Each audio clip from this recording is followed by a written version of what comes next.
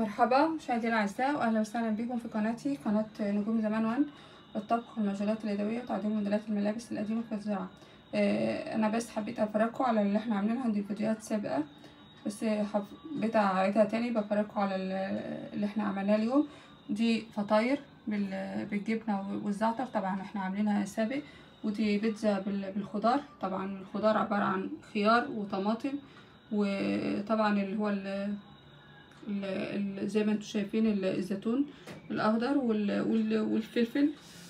طبعا الفلفل مش كتير، حاطين بس فلفلايه واحده، ما كانش فيه كتير، فمكترين من الجزر من الخيار والطماطم. والفطاير محشوه بالجبنه والزعتر. فده كان اليوم. دي معدل العجينه، معدل 5 كوبايات من الدقيق، كوبايتين حليب، معلقتين كبار سكر، معلقتين كبار خميره، معلقتين صغيرين ملح. دي بالنسبه للعجينه. وطبعا زي ما انتم شايفين اللي هي طبعا الجبنه الموزاريلا وصلصه الطماطم عشان البيتزا، وهنا الزعتر والجبنه المثلثات عشان حشوه الفطاير.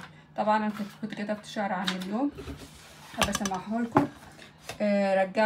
رجعنا لايام زمان. رجعنا لايام زمان وعملت بيتزا وفطاير نورهان. اصل البرد بيحب الاكل والدفى كمان، ومفيش اطيب من اكل نجوم زمان. ولو مش مصدق روح جرب يا فهمان، ورأيك بكل صدق وعنفوان، لان الحق دايما بيظهر رغم الافتراء والبهتان. فصحتين وانا، وفي امان الله.